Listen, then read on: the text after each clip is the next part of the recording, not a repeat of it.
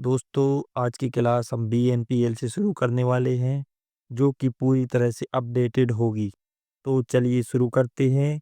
Book now पे letter की सुविधा मुख्य रूप से स्पीड पोस्ट और बिजनेस पोस्ट के अनुबंधित ग्राहकों यानी कि कॉन्ट्रैक्चुअल कस्टमर्स के लिए तैयार की गई है, जिसमें एक बुकिंग केंद्र पर 10,000 मासिक व्यवसाय देने वाले को तो ग्राहक यानी बल्क कस्टमर माना जाता है और विभाग के समझौते पर क्रेडिट सुविधा भी दी जाती है। अनुमोदन प्राधिकारी यानी अप्रूवल अथॉरिटी की बात करें तो 10,000 से अधिक के सिंगल लोकेशन व्यवसाय के लिए डिविजनल हेड या चीफ पोस्ट मास्टर जिम्मेदार होते हैं, जबकि 1 लाख से अधिक के मल्टी लोकेशन यानी सर्किल या रीजन व्यवसाय और 10,000 से कम के व्यवसाय जिसमें फ्री पिकअप नहीं मिलता के लिए सीपीएमजी या पीएमजी की अनुमति आवश्यक होती है। पंजीकरण समय सीमा और पात्रता यानी रजिस्ट्रेशन एंड एलिजिबिलिटी के नियमों के अनुसार 10,000 से अधिक के व्यवसाय का पंजीकरण 2 दिनों के भीतर या इससे कम व्यवसाय का 7 दिनों के भीतर होना चाहिए। साथ ही छूट की गणना के लिए सभी स्थानों के व्यापार को आपस में जोड़ दिया जाता है, बशर्ते मल्टी लोकेशन पात्रता के लिए घरेलू स्पीड पोस्ट का मासिक व्यवसाय 1 लाख से अधिक हो। बीएनपीएल समझौते की अवधि यानी एग्रीमेंट ड्यूरेशन के नए अपडेटेड नियम के अनुसार अब इसकी वैधता केवल 1 वर्ष की है, जिसे हर साल रिन्यू यानी नवीनीकृत किया जाएगा, जबकि पुराने नियम में यह 39 महीने की बैंक गारंटी के साथ अधिकतम 3 साल तक वैध होती थी। अब डाक विभाग के मानदंडों के अनुसार हर बार नई सुरक्षा जमा राशि के साथ केवल 1 वर्ष के लिए विस्तार दिया जाएगा। चलिए अभी तक हमने जो कुछ भी पढ़ा उसके कुछ एमसीक्यू देख लेते हैं।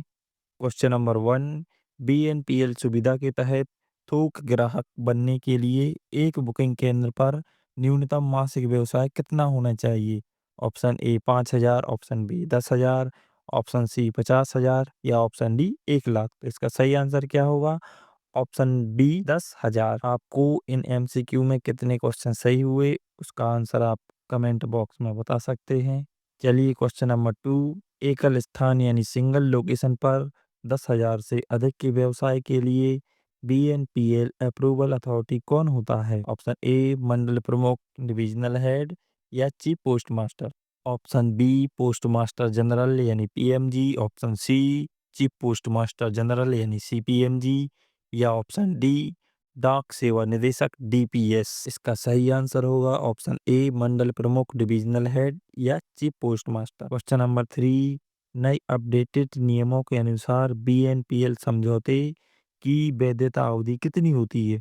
ऑप्शन ए 3 वर्ष, बी 2 वर्ष, सी 1 वर्ष या ऑप्शन डी 39 महीने। इसका सही आंसर होगा ऑप्शन सी 1 वर्ष। क्वेश्चन नंबर 4, यदि किसी ग्राहक का मासिक व्यवसाय 10,000 से कम है तो उसका पंजीकरण कितने दिनों के भीतर किया जाना चाहिए? ऑप्शन ए 2 दिन, ऑप्शन बी 5 दिन, ऑप्शन सी 7 दिन या ऑप्शन डी 10 दिन। इसका सही आंसर होगा ऑप्शन नंबर सी 7 दिन। अभी हमने पढ़ा था अगर 10,000 से अधिक है तो 2 दिन में और अगर 10,000 से कम है तो 7 दिनों में। क्वेश्चन नंबर 5, एकाधिक स्थानों यानी मल्टी लोकेशन के लिए बीएनपीएल पात्रता हेतु न्यूनतम मासिक घरेलू स्पीड पोस्ट व्यवसाय कितना होना अनिवार्य है? Option A 10,000, option B 25,000, option C 1 lakh या ऑप्शन डी 2 लाख। सही आंसर क्या होगा? ऑप्शन नंबर सी 1 लाख रुपए। चलिए अब हम बीएनपीएल एनएएफ को देखते हैं। बीएनपीएल एनएएफ यानी बुक नाउ पे लेटर नेशनल अकाउंट फैसिलिटी एक ऐसी विशेष सुविधा है जो बड़े ग्राहकों को एक से अधिक सर्किलों में स्पीड पोस्ट लेखों की बुकिंग करने की अनुमति देती है, जिसके लिए पात्रता के तौर पर सभी स्थानों से कुल वार्षिक घरेलू स्पीड पोस्ट व्यवसाय 1 करोड़ रुपयों का होना अनिवार्य है। एनएएफ के सभी मामलों को नोडल सर्किल द्वारा डाक निदेशालय के मेल बिजनेस डिवीजन को भेजा जाता है और यहाँ भी नए नियमों के अनुसार समझौते की अवधि 1 वर्ष कर दी गई है, जबकि पुराने नियम में 3 वर्ष थी। और साथ ही बैंक गारंटी की वैधता 15 महीने होनी चाहिए। पुराने नियम में यह 39 महीने थी। और इसका नवीकरण नोडल सर्कल के सीपीएमजी द्वारा प्रत्येक बार 2 वर्षों के लिए मेल बिजनेस को सूचित करके किया जा सकता है, जबकि बीएनपीएल प्राधिकारी हर तिमाही बैंक गारंटी की समीक्षा करते हैं और व्यवसाय बढ़ने पर अतिरिक्त गारंटी की मांग कर सकते हैं। अनुबंध बिलिंग और छूट के प्रावधानों के अनुसार एक तो ग्राहक निर्धारित प्रारूप में मंडल प्रमुख के माध्यम से पोस्ट मास्टर जनरल को आवेदन करता है और मंजूरी मिलने व बैंक गारंटी जमा करने के बाद बिना अग्रिम भुगतान के दैनिक बुकिंग शुरू कर सकता है। अनुबंध की वैधता 1 वर्ष होती है। इसका हर साल नवीकरण किया जाता है और बिलिंग की प्रक्रिया में पोस्टिंग कार्यालय द्वारा हर कैलेंडर माह का बिल तैयार करके अगले महीने की 7 तारीख तक पेश किया जाता है, जिसका भुगतान उसी महीने के अंत तक करना आवश्यक है। यदि भुगतान में देरी होती है तो 12% की दर से जुर्माना लगाया जाता है। साथ ही ग्राहक डिस्काउंट का पात्र तब होता है जब वह बुकिंग के समय पूरा भुगतान करे या एक कैलेंडर माह में 50,000 से अधिक का स्पीड पोस्ट व्यवसाय प्रदान करे। अब फिर से कुछ एमसीक्यू देख लेते हैं। एनएएफ के लिए न्यूनतम वार्षिक घरेलू स्पीड पोस्ट व्यवसाय कितना होना चाहिए? Option A 50 lakh, option B 1 crore, option C 5 crore या ऑप्शन डी 10 करोड़। सही आंसर है option B 1 crore. Question number 7, नए नियमों के अनुसार यदि बीएनपीएल समझौता 1 वर्ष का है तो बैंक गारंटी कितने महीनों के लिए यानी कितने समय के लिए वैध होनी चाहिए? ऑप्शन ए 12 महीने, ऑप्शन बी 15 महीने, ऑप्शन सी 18 महीने, ऑप्शन डी 39 महीने।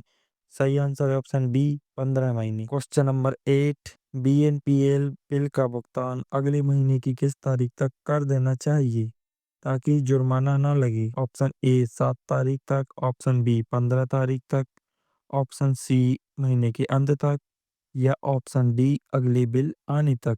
इसका सही आंसर होगा ऑप्शन नंबर सी महीने के अंत तक। बिल 7 तारीख तक मिलता है और भुगतान उसी महीने की अंतिम तारीख तक किया जाना चाहिए। क्वेश्चन नंबर 9, बीएनपीएल बिल के विलंबित भुगतान पर कितनी प्रतिशत की दर से जुर्माना लिया जाता है? Option A 5%, option B 8%, option C 10% या ऑप्शन डी 12%। सही आंसर होगा option number D 12%। Question number 10, speed post व्यवसाय में छूट प्राप्त करने के लिए एक कैलेंडर माह में न्यूनतम कितना व्यवसाय देना अनिवार्य है? Option A 10,000, option B 20,000, option C 50,000 या ऑप्शन डी 1 लाख। इसका सही आंसर है ऑप्शन नंबर सी 50,000 रुपए। चलिए अब हम देखते हैं कैश ऑन डिलीवरी कॉन्ट्रैक्चुअल, जिसे हम आम भाषा में कैश ऑन डिलीवरी ही कहते हैं। कैश ऑन डिलीवरी यानी कि सीओडी सुविधा थोक ग्राहकों को डिलीवरी पर भुगतान प्राप्त करने की सुविधा देती है। इसमें प्रतिलेख अधिकतम 50,000 तक की वसूली की अनुमति है। सीओडी राशि में रुपए का अंश यानी पैसे स्वीकार नहीं किया जाता। यदि कोई पैसे का अंश है तो उसे 1 रुपए मान लिया जाता है। सीओडी राशि डिलीवरी के समय प्राप्त की जाती है। प्रेषक को भुगतान ई पेमेंट के माध्यम से भेजा जाता है। सीओडी लेख के लिए बीमा अनिवार्य नहीं है। इसकी डिलीवरी पता आधारित होती है, व्यक्ति आधारित नहीं। इसका मतलब यह है कि हम इसकी डिलीवरी प्राप्तकर्ता के अलावा अगर प्राप्तकर्ता घर पर उपलब्ध नहीं है तो घर वालों को भी दे सकते हैं या फिर उनके जान पहचान के लोगों को भी दे सकते हैं सीओडी राशि वसूल करके। जबकि रजिस्टर्ड आर्टिकलों में ऐसा नहीं होता था। उनकी डिलीवरी उसी व्यक्ति को की जाती थी जिसका नाम उस आर्टिकल पे लिखा होता था या उनके द्वारा अधिकृत किसी एजेंट को की जाती थी। वैसे तो अभी भी स्पीड पोस्ट में भी एड्रेस ही स्पेसिफिक आर्टिकल बुक होते हैं जिनके लिए अलग से एक्स्ट्रा चार्जेस लिए जाते हैं और डिलीवरी स्लिप पर अलग से रजिस्टर्ड भी लिखा होता है। चलिए अब टॉपिक पर वापस आते हैं। सीओडी एक सुरक्षित, किफायती और समय बचाने वाला सॉल्यूशन यानी समाधान है। अब हम सीओडी सुविधा प्राप्त करने की शर्तें और नियम समझेंगे। जैसा कि इसका नाम है सीओडी कॉन्ट्रैक्चुअल, यानी इसके लिए ग्राहक का विभाग के साथ अनुबंधित समझौता होना चाहिए।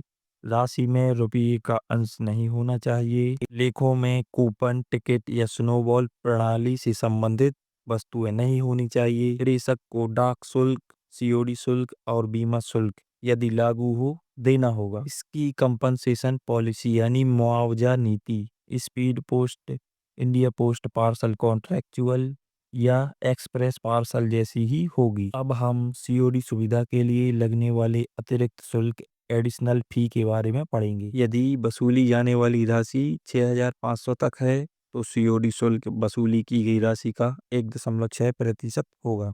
यदि राशि 6,500 से अधिक है तो 100 रुपये और 6,500 से अधिक की राशि पर 1% अतिरिक्त चार्ज लिया जाएगा। चलिए इसे एक एग्जाम्पल से समझते हैं। यदि किसी लेख पर 10,000 की सीओडी राशि वसूली जानी है तो यह राशि 6,500 से अधिक है, इसलिए पहले निश्चित शुल्क 100 रुपये लिया जाएगा। इसके बाद 6,500 से अधिक की राशि यानी 10,000 माइनस 6,500 बराबर क्या आएगा 3,500। इस अतिरिक्त 3,500 पर 1% शुल्क लगाया जाएगा, यानी 3,500 का 1% कितना होता है 35 रुपये। इस प्रकार कुल सीओडी शुल्क 100 प्लस 35 बराबर 135 हो जाएगा। इसमें जो जीएसटी है वह अलग से लागू होगा। अब हम स्पीड पोस्ट डिस्काउंट स्ट्रक्चर को एक बार और देख लेते हैं। हालांकि हम इसे प्रोडक्ट एंड सर्विस की वीडियो में भी देख चुके हैं, लेकिन यहाँ हम एक बार फिर से देख रहे हैं क्योंकि सीओडी भी स्पीड पोस्ट के माध्यम से ही भेजी जाती है। यदि स्पीड पोस्ट का मंथली बिजनेस 50,000 से 5 लाख तक होता है तो 10% डिस्काउंट दिया जाता है। 5 लाख 1 से 25 लाख तक 15%, 25 लाख 1 से 1 करोड़ तक 20%, 1 करोड़ से 5 करोड़ तक 25% और 5 करोड़ के ऊपर 30% डिस्काउंट दिया जाता है। डिस्काउंट के कुछ विशेष नियम भी हैं जिन्हें भी हम देख लेते हैं। यदि ग्राहक एडवांस डिपॉजिट सुविधा लेता है या बुकिंग के समय भुगतान करता है तो उसे 1% अतिरिक्त डिस्काउंट मिलता है। और यदि मासिक राजस्व 25 लाख से अधिक है और ग्राहक बुकिंग के समय भुगतान करता है तो उसे 2% अतिरिक्त डिस्काउंट दिया जाता है। इस प्रकार अधिकतम डिस्काउंट 30 धन 1 धन 2 यानी कि 33% हो सकता है। बुकिंग डेटा इलेक्ट्रॉनिक फॉर्मेट में उपलब्ध कराना अनिवार्य है।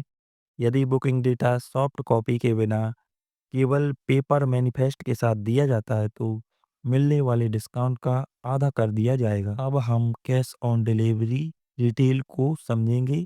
वैसे इसे हम पहले की एक वीडियो में देख चुके हैं, लेकिन यहाँ कुछ एक दो अपडेट हुए हैं जिन्हें भी हम इसमें कवर कर लेते हैं। सीओडी रिटेल सुविधा मुख्य रूप से वॉक इन कस्टमरों के लिए बनाई गई है। इसे पुरानी वैल्यू पेबल पार्सल या वैल्यू पेबल पोस्ट वीपीपी सेवा के स्थान पर पुनः शुरू किया गया है। इसमें प्रतिलेख अधिकतम 10,000 तक की वसूली की अनुमति है। इसमें हम बिना वास्तविक मूल्य वाली वस्तुएं जैसे कानूनी दस्तावेज, बॉन्ड या बिल आदि भेज सकते हैं। सीओडी की राशि डिलीवरी के समय प्राप्त की जाती है और प्रेषक को भुगतान ईएमओ यानी इलेक्ट्रॉनिक मनी ऑर्डर के माध्यम से भेजा जाता है। यहाँ भी सीओडी लेखों के लिए बीमा अनिवार्य नहीं है। इसकी डिलीवरी भी पता आधारित होती है, व्यक्ति आधारित नहीं। अब हम सीओडी रिटेल सुविधा को प्राप्त करने की शर्तों के बारे में बात करें तो लेख को निर्धारित सीडीएफ 2 फॉर्म के साथ डाकघर में जमा करना आवश्यक है। प्रेषक को वसूली जाने वाली राशि स्पष्ट लिखनी होगी और घोषणा पर हस्ताक्षर करने होंगे। लेख के ऊपरी बाएं कोने में यानी टॉप लेफ्ट में सीओडी रिटेल और राशि लिखना अनिवार्य है। प्रेषक का नाम और पूरा पता निचले बाएं कोने यानी लोअर लेफ्ट में होना चाहिए। पते के लिए स्टैम्प इम्प्रेशन का उपयोग भी किया जा सकता है। भुगतान का शहर या गांव वही होना चाहिए जहां से बुकिंग की गई है। लेख में कूपन, टिकट या स्नोबॉल प्रणाली से संबंधित वस्तुएं नहीं होनी चाहिए। इसे किसी भी ईएमओ सक्षम कार्यालय में पोस्ट और डिलीवर किया जा सकता है। बुकिंग के समय निर्धारित प्रारूप में रसीद जारी की जाएगी। यहाँ एक विशेष नियम यह है कि विभाग तभी उत्तरदायी यानी लाइबल होगा जब राशि डिलीवरी के 7 दिनों के भीतर प्राप्त हो जाए। सीओडी रिटेल में कोई अलग से अतिरिक्त सीओडी शुल्क नहीं लिया जाता है। ईएमओ पर लगने वाला कमीशन वसूली जाने वाली राशि में ही शामिल होता है। अब हम बिल मेल सर्विस के बारे में देखते हैं। सबसे पहले इसकी डेफिनेशन को देखते हैं। वित्तीय विवरण यानी फाइनेंशियल स्टेटमेंट, बिल, मासिक खाता बिल या इसी प्रकार के संचार को बिल मेल सेवा कहा जाता है। यह सेवा प्रदाता द्वारा 90 दिनों में कम से कम एक बार ग्राहकों को भेजी जानी चाहिए। इसमें व्यक्तिगत पत्र और विशेष वाणिज्यिक प्रचार भेजने की अनुमति नहीं है। हालांकि विज्ञापन भेजने की अनुमति है, जिसके लिए प्रति प्रविष्टि यानी इंसर्शन 25 पैसे शुल्क लिया जाता है। लिफाफे के ऊपर बीच में मोटे अक्षरों में बिल मेल सेवा लिखा होना चाहिए, मोटे यानी बोल्ड। इस सेवा के लिए एक बार में न्यूनतम 5000 लेख पोस्ट करना अनिवार्य है। सभी लेख पिन कोड के अनुसार छांटे जाने चाहिए और उन्हें डिलीवरी डाकघर के अनुसार बंडल बनाकर ही जमा करना चाहिए। अब अगर पोस्टेज चार्जेस की बात करें तो 50 ग्राम तक के वजन के लिए 3 रुपये शुल्क लिया जाता है। इसके बाद प्रत्येक अतिरिक्त 50 ग्राम या उसके अंश के लिए 2 रुपये शुल्क लगता है।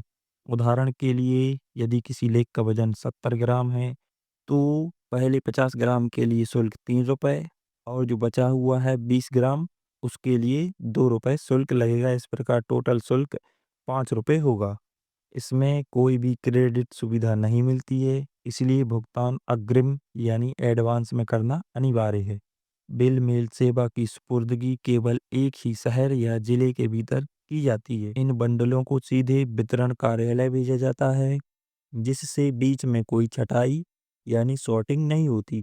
बिल मेल सेवा में विज्ञापन की अनुमति है, लेकिन इसमें विशेष वाणिज्यिक सामग्री नहीं होनी चाहिए। बाकी के एमसीक्यू के लिए हमारे टेलीग्राम चैनल को ज्वाइन करें, जिस पर ऑलरेडी बहुत सी वीडियो के एमसीक्यू उपलब्ध कराए जा चुके हैं। लिंक डिस्क्रिप्शन में है।